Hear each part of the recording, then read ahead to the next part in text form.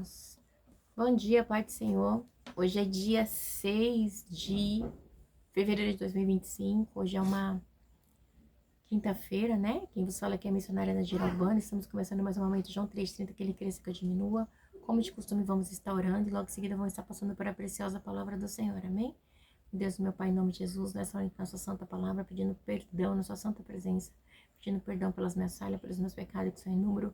Eu apresento meu lar, a família, o ministério, chamado, todos têm confiado na minha pessoa. Apresento também, meu Deus, a vida desse irmão, dessa irmã que vai estar do outro lado ouvindo a meditação dessa palavra. Que o Senhor possa estar alcançando, guardando, libertando, cortando o laço, quebrando o arco, desfazendo toda a obra das trevas. Em nome do Pai, do Filho e do Espírito Santo de Deus. Amém? A palavra do Senhor está em Êxodo 8, a segunda praga. E o Senhor falou a Moisés: vá ao faraó e diga-lhe que assim diz o Senhor. Então, diz assim, a segunda praga, rãs. E o Senhor falou a Moisés: vá ao faraó e diga-lhe que assim diz o Senhor: deixe o meu povo ir para que me preste culto. Meu Deus, meu Pai, em nome de Jesus, essa é a tua santa e preciosa palavra.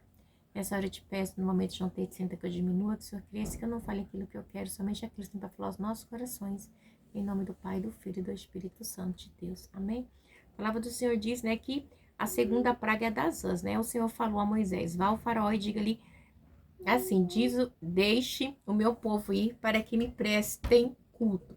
Se você não quiser deixá-lo ir, mandarei sobre todo o seu território uma praga de rãs. Aí Deus já deixa, né, avisado. O povo não vai prestar culto? Então eu vou mandar uma praga de rãs. O Nilo ficará infestado de rãs, né? E aí ele subirá e entrará em seu palácio. Igreja, você vê que tudo tá ligado ao rio Nilo, né? Aí diz assim, o Nilo ficará cheio de rãs em seu palácio, em seu quarto, até em sua cama estarão também na casa dos seus conselheiros, do seu povo, dentre os seus fornos, nas suas amassadeiras, rãs subirão em você e seus conselheiros, em seu povo, né? Então, Deus, ele dá essa ordem, né? Então, assim, vai sair, né? Então, é algo terrível, né? Vai infestar, né? As águas. Vai sair das águas do rio Nilo muita rã. Depois o Senhor disse a Moisés: diga a Arão que estenda a mão com a vara sobre os rios, sobre os canais e os açudes, e faça subir dela rãs sobre a terra. Então a gente vê que da outra. Como é que se diz? Deus fez a mesma coisa no outro também, né? No 7. No 7. No 7, versículo 19. Deus fez a mesma coisa, tá? Ele falou assim: eu disse ao Senhor a Moisés: diga a Arão que tome a sua vara e estenda a mão sobre as águas do Egito, dos rios, dos canais, dos açudes, de todos os reservatórios, se transformará em sangue. E aqui também acontece a mesma coisa, tá? Depois o Senhor diz a Moisés: diga a Arão que estenda a mão com a vara sobre os rios, sobre os canais do açude, e faça subir delas rã. E assim Arão estendeu as mãos sobre as águas do Egito, e as rãs subiram e cobriram a terra do Egito. Mas os magos fizeram a mesma coisa por meio de suas ciências ocultas. Fizeram subir rãs sobre a terra do Egito, tá? O ocultismo, ou seja, a coisa satânica, né? Ocultismo. O faraó mandou chamar a Moisés e Arão e disse: orem ao Senhor para que ele tire essas rãs de mim e do meu povo. Então deixarei o povo e oferecer sacrifícios ao Senhor. Mas disse o faraó: tua é a honra. Moisés disse ao faraó: tua é a honra de dizer-me quando devorar por ti, por teus conselheiros e por teu povo, para que tu e tua casa fiquem livres das rãs e sobre apenas as que estão no rio, né? Aí ele diz, né? A honra. Porque ele vai estar orando, né? Porque o faraó, ele pede oração, né? Oração.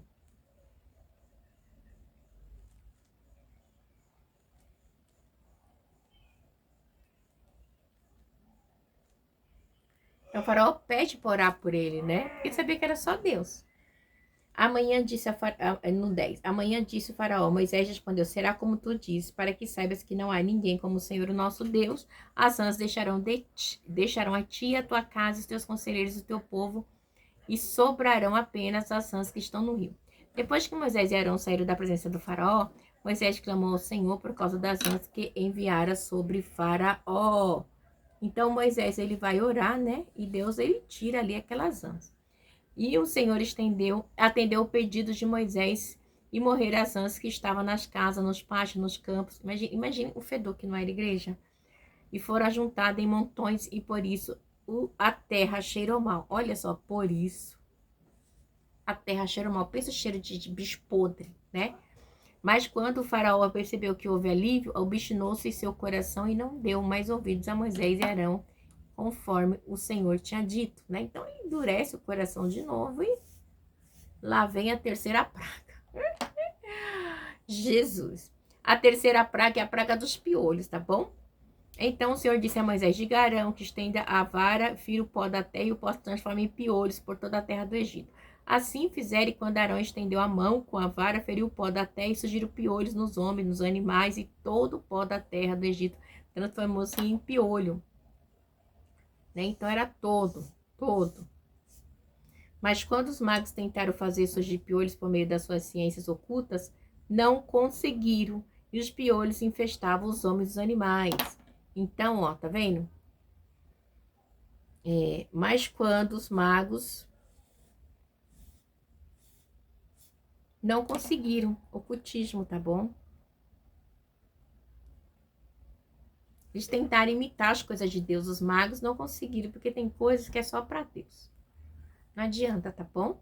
E os magos disseram ao faraó: isso é o dedo de Deus, mas o coração de faraó permaneceu endurecido e ele não ouviu, né? Os próprios magos reconheceram que era o dedo de Deus, né?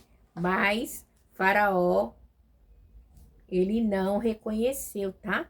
Que poderia ser Deus, ok? E é isso que acontece. Quantas pessoas sabem das coisas, mas não reconhecem a deidade, não reconhecem quem é Deus, tá?